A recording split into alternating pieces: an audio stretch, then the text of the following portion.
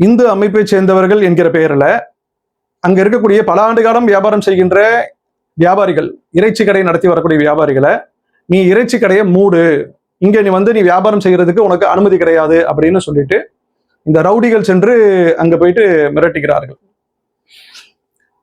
அரசினுடைய அதிகாரிகளோ காவல்துறை அதிகாரிகளோ இது போன்ற சில நடவடிக்கைகளில் ஈடுபடக்கூடிய நேரத்தில் மக்கள் அதற்கு கட்டுப்படுவார்கள். ஏதேனும் ஒரு வயலேஷன், சட்ட விதிகளை மீறி செயல்படுறீங்க அப்படின்னு சொல்லிட்டு ஏதேனும் ஒரு நடவடிக்கை, இதை செய்யக்கூடாது அதை செய்யக்கூடாது, அதுக்கு சீல் வைக்கிறது இப்படின்னு சில அரசு நடவடிக்கை இருக்கும். அதுக்கு மக்கள் ஒபே பண்ணுவாங்க, ஏன்னா அது அரசாங்கம்.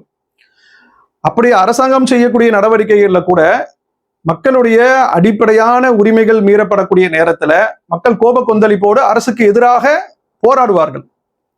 இது நாட்டுல நடைபெறுகின்ற சம்பவம். 4-5 ரவுடிகளுக்கெல்லாம் எப்படி தற்போது இந்த தைரியம் வந்திருக்கிறது? இது இத்தனை ஆண்டு காலம் அந்த இறைச்சி கடை இருக்கு, எத்தனையோ பகுதிகளில் இது போன்ற வியாபாரம் செய்து கொண்டிருக்கிறார்கள். அது அவங்களுடைய வாழ்வாதாரம். அது ஒவ்வொருத்தருக்கும் ஒவ்வொரு விதமான தொழில் வியாபாரம் இருக்கிறது. அப்ப இந்த இறைச்சி கடையை குறிவைப்பதும் இஸ்லாமியர்களை குறிவைப்பதும் அதற்கு இந்துத்துவ அமைப்பினர் அதை எதிர்த்து செயல்படுவதும் இதுவெல்லாம் தமிழகத்துல இத்தனை ஆண்டு காலம் இல்லாமல் தற்போது இது தலை தூக்குகிறது. அப்படின்னா இது ஏதோ தமிழகத்திற்கு சில ஒரு சமிக்கைகளை சொல்வது போன்று நம்மளால உணர முடிகிறது. ஏதோ ஒரு திட்டமிடுதல்ல இவர்கள் செயல்படுகிறார்களா? அதற்காக இவர்கள் இப்படி களம் இறக்கப்படுகிறார்களா? ஒரு பகுதியில் போயிட்டு இப்படி கதவு தட்டு, அதுக்கு பிறகு மெல்ல மெல்ல அங்கங்க இது போன்று ஒவ்வொன்றாக நம்ம ஆரம்பிப்போம் அப்படின்னு சொல்லிட்டு ஏதேனும் ஒரு தந்திரம் சூழ்ச்சி தமிழகத்தில் இவர்கள் செய்வதற்கு முயற்சி செய்கிறார்களா? ஏன் இந்த சந்தேகம் வருது அப்படின்னு கேட்டா, இவ்வளவு ஆண்டு காலம் இல்லையே, மற்ற எத்தனையோ பகுதிகளில் நம்ம பார்த்திருக்கிறோம். இதன் காரணமாக எத்தனையோ உயிர்கள் கொல்லப்பட்டிருக்கிறது. இறைச்சியின் பெயரை கொண்டே இந்தியா முழுவதிலும் சிறுபான்மை சமுதாயத்தை சேர்ந்தவர்கள், அதே போன்று ஒடுக்கப்பட்ட சமூகத்தை சேர்ந்த மக்கள் எத்தனையோ பேர் அவர்கள் தங்களுடைய வியாபாரத்திற்காக இறைச்சி மாடுகளை பயன்படுத்தக்கூடிய நேரத்துல எத்தனை கலவரங்களை இந்தியா பார்த்திருக்கிறது, எத்தனை உயிரிழப்புகளை இந்தியா பார்த்திருக்கிறது, எத்தனை ரவுடி வன்முறைகளை இந்தியா பார்த்திருக்கிறது. இப்ப என்ன புதுசா இந்த பிரச்சனையை தமிழகத்துல இப்படி ஆரம்பிக்கிறார்கள் என்றால் இப்படியான ஒரு சந்தேகம் ஏற்படுகிறது. இது யாருடைய சூழ்ச்சி? யார் இவர்களை இறக்கி விடுகிறார்கள்? இத்தனை காலம் இல்லாமல் இப்போ என்ன புதுசா இவங்க இறக்கப்படுகிறார்கள் அப்படின்ற கேள்விகளை நம்ம முன்வைத்தோம் அப்படின்னு சொன்னா நமக்கு எதிர்கால தமிழகம் குறித்து நமக்கு ஒரு அச்சமான ஒரு சூழல் ஏற்படுகிறது. இது போன்ற அச்சம் ஏற்படாத அளவிற்கு அரசினுடைய நடவடிக்கைகள் இருக்க வேண்டும் என்பதைத்தான் எல்லோரும் எதிர்பார்க்கிறார்கள். புரட்சிகரமான வசனம் பேசுறதுனாலயோ பிறரை ஏளனம் செய்யறதுனாலயோ எங்களை விட்டா பரிசுத்தவான்கள் யாரும் இல்லை என்று வீர வசனம் பேசுவதனாலேயோ ஒரு நாட்டையோ மக்களையோ ஆண்டுவிட முடியாது.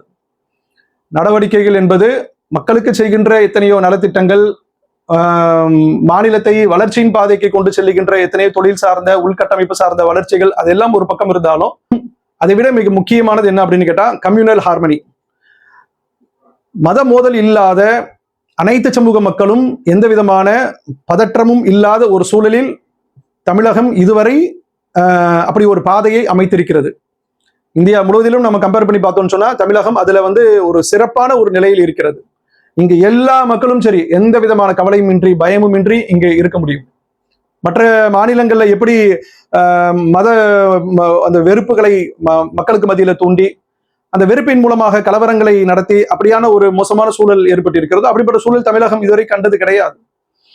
வேற வேற மாநிலங்களிலிருந்து வரக்கூடியவர்கள் கூட மற்ற மாநிலங்கள மொழி காரணமாக அல்லது மாநிலங்கள் இடையே இருக்கக்கூடிய பிரச்சனையின் காரணமாக அவர்கள் அடித்து விரட்டப்படக்கூடிய நேரத்துல தமிழகத்துல எத்தனையோ பேர், பல லட்சக்கணக்கான பேர் இங்க தொழில் ரீதியாக வேலை பார்த்துட்டு இருக்கிறாங்க, நிம்மதியா இருக்கிறான், அவன் சொந்த ஊருக்கு கூட போக மாட்டான். அப்படிப்பட்ட ஒரு சூழலை தமிழகம் இதுவரை தக்க வைத்திருக்கிறது. அதை இப்ப இருக்கக்கூடிய அரசு காப்பாற்றிக் கொள்ள வேண்டும்.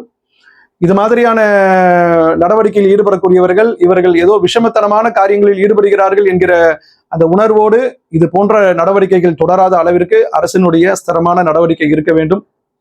இந்த திருவொற்றியூர் சம்பவத்துல கூட காவல்துறை அதிகாரிகள் அங்க சம்பவ இடத்துல இருக்கிறாங்க. ஆனா எல்லாம் ஏதோ வந்திருக்கிறவனுக்கு, அந்த ரவுடித்தனம் பண்ணக்கூடியவனுக்கு இவங்க ஏதோ பாதுகாப்புக்கு வந்த மாதிரி நின்றுட்டு இருக்கிறாங்க. மக்களும் அதை ஒரு அவர்கள் மீது, காவல்துறையின் மீது இது ஒரு குற்றச்சாட்டாவே வைத்தாங்க. அவங்களுக்கு அந்த வந்திருக்கக்கூடியவனுக்கு காவல்துறை பாதுகாப்பு அளிக்கிறது அப்படின்ற அந்த குற்றச்சாட்டெல்லாம் பார்க்கப்பட்டது.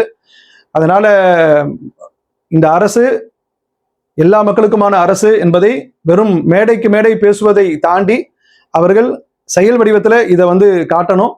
இது போன்ற சம்பவங்கள் இனி தமிழகத்தில் எங்கும் நடக்காத அளவிற்கு காவல்துறைக்கு உரிய அறிவுறுத்தல்களை அரசு வழங்க வேண்டும் என்கிற ஒரு கோரிக்கையை முன்வைத்து நிறைவு செய்கிறேன்.